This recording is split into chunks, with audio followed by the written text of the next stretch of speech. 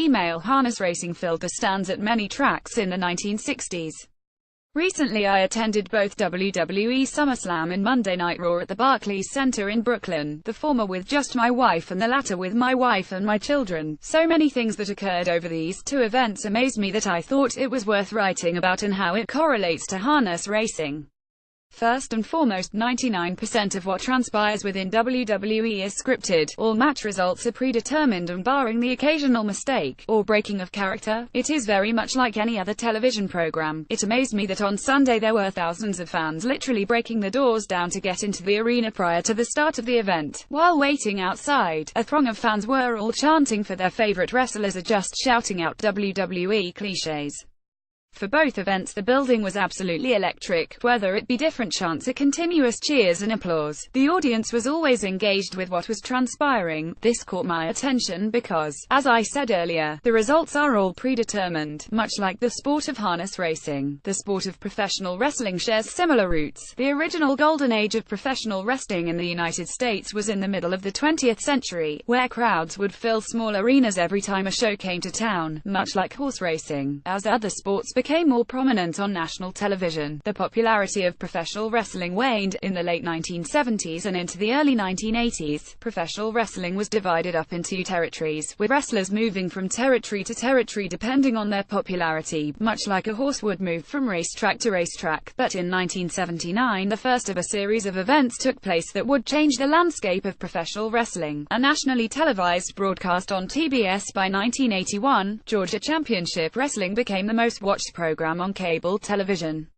From there came the idea of the Supercard, where all the major wrestlers would come together for one blockbuster event. The most notable and successful of these events was, of course, WrestleMania. This led to the era of continuous wrestling programming on national television and pay-per-view.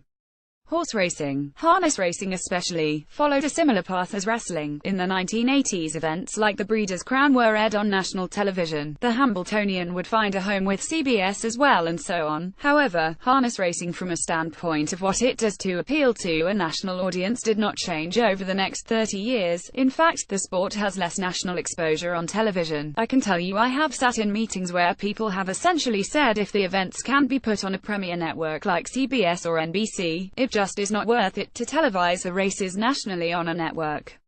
So why is wrestling's popularity stronger than ever while the interest in harness racing has declined? Simple. Wrestling adapted, in many different ways, for the 1980s and a part of the 1990s. The premise of professional wrestling was good guy versus bad guy, like everything in the world, that ran its course. Vince McMahon, the CEO, noticed that it was time for a change and he did so. He gave a famous interview where he admitted that the results of the matches were predetermined and that professional wrestling was sports entertainment. From there, wrestling became part sport, part sitcom, part drama and part soap opera. Regardless of gender, age group, or any other demographic, there became something for everyone within professional wrestling.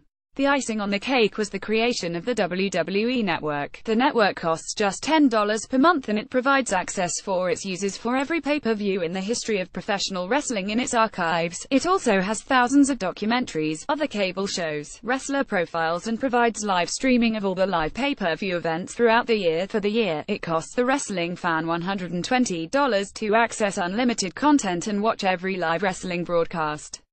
It will cost someone almost as much to order the Conor McGregor-Floyd Mayweather fight this weekend. It can cost someone in harness racing $5 to view one racing program on one day.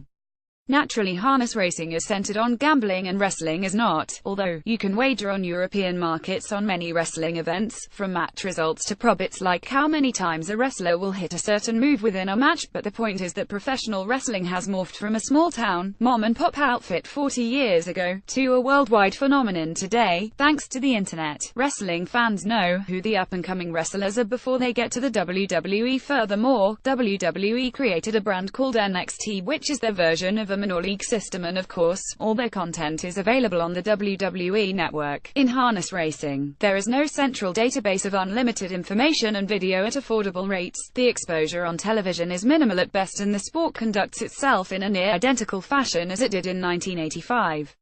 As a point of reference, last week's episode of Monday Night Raw attracted 3.42 million viewers, the fourth most watched program on cable. By comparison, the NFL preseason game checked in at 3.57 million. I honestly don't know if there are 3.42 million people that watch a harness race over the course of the year, and I can't accept that professional wrestling, a completely scripted, predetermined sport, has figured out how to thrive in 2017 and harness racing cannot.